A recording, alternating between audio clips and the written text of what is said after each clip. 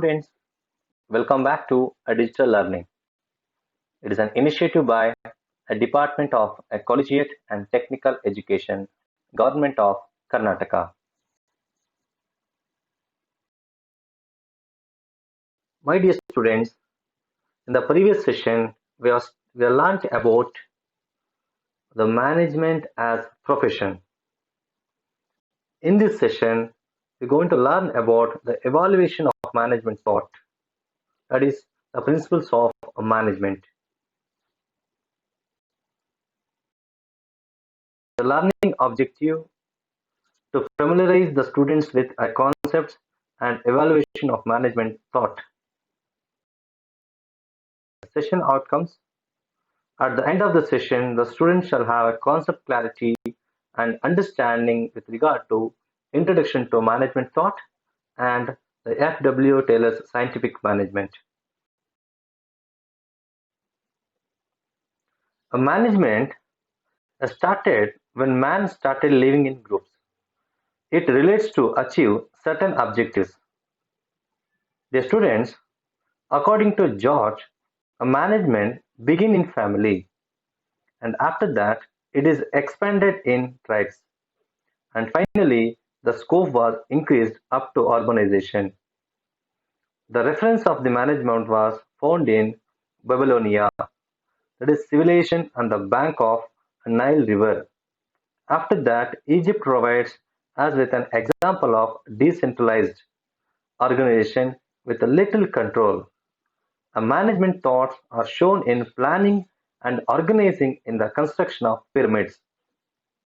The ancient philosopher the first recognized the need for proper methodology for employees selection and training.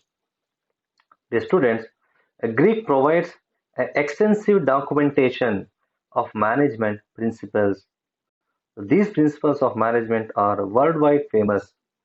It is considered as a management is an art. It includes employee selection, delegation of authority, time study, motion study, etc. Looking at the entire process of management thought in the early period of management was based on trial basis. There was no exchange of ideas and no practice of communication. The management is developing a science. It grows accordingly to changes in the social, political, economic changes. There are 5 stages of evolution of management thought, my dear students.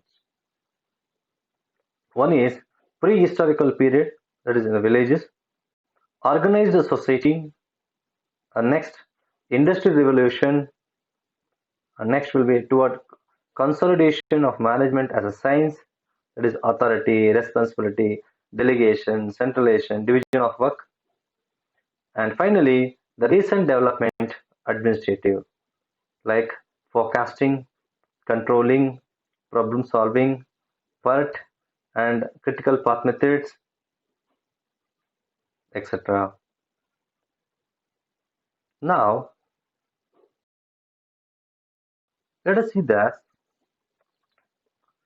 in case of prehistorical period, the management is as old as man. The awareness of needs, a satisfaction of needs is the part and parcel of management. In the ancient time, in the villages, adopt the village plans for the villages. There was a good labor planning. Villages were isolated. The basic needs in the villages were satisfied by the persons in the villages. The responsibilities were distributed among the people to satisfy the basic needs. Next, in that organized society, the next contribution to the development of organization and the management was by a Roman Church. 1500 years ago, the Chinese ruler advised the government about management of human institutions. Next, Industrial Revolution. So this period is known as the period of scientific management. It is provided that the management is related with enterprise and business. In this period, the lots of technological changes took place. The management concepts are based on a mathematical analysis. They are based on linear programming, operational research, PERT, CPM methods. So these techniques are useful in decision making, controlling, problem solving, etc. In today's competitive world, these techniques are essential for controlling the cost. That is why the management is called as a separate profession.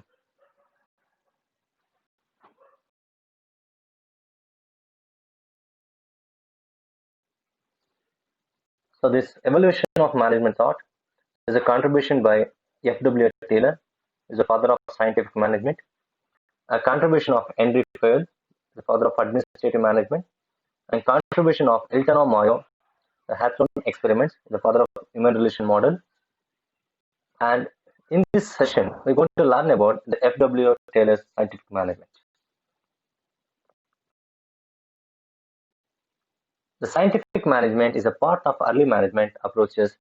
The chief contributor of scientific management is F.W. Taylor, is known as a father of scientific management. So definition is that the scientific management is concerned with exactly knowing what you want to man to do and then see that they are doing is in the best and cheapest way.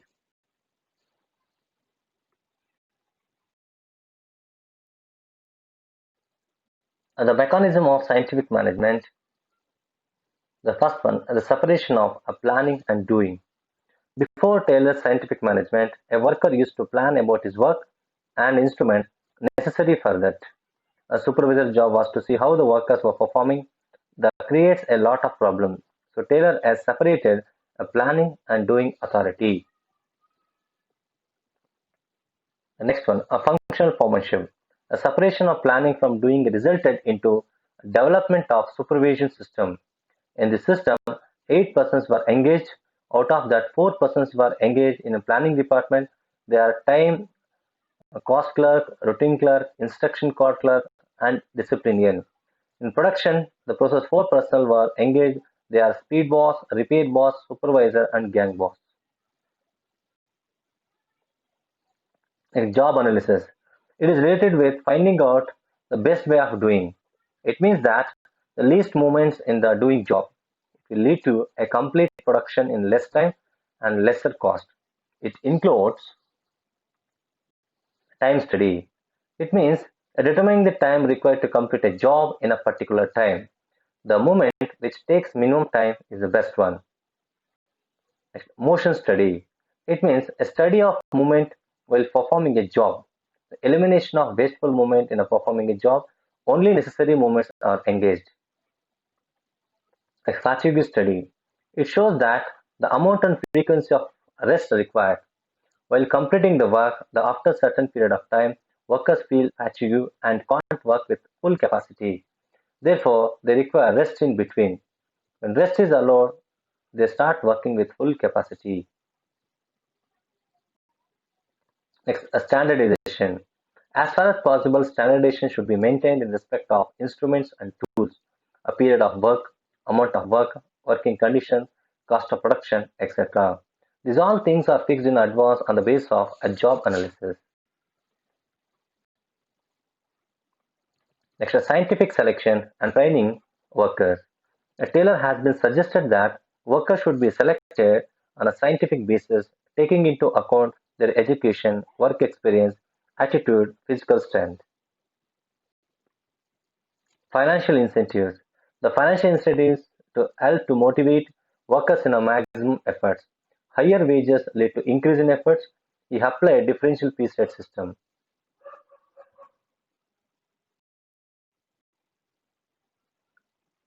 According to him, workers have to complete the work within a specified time and then only you will get the wages at a higher rate per piece. One does not complete a job gets a lower rate. The wages should be based on individual performance and not on the position occupied. Next to economy. The techniques of cost estimated and control should be adopted. Waste should be controlled properly. The profit will be achieved with the elimination of wastage. And finally, the mental revolution. The scientific management depends upon a mutual cooperation between workers and the management. The Taylor says a great revolution takes place in the mental attitude of two parties under scientific management.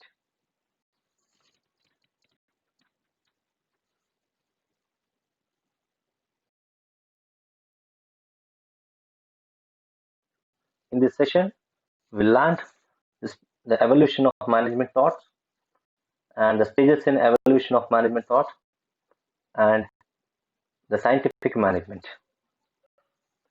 The reference textbooks: the management process textbook by Aparnaya Reddy and management process textbook by T. Ramaswamy, a management process textbook by Rekha and Biba, a management process textbook by Dr. Alais Mani.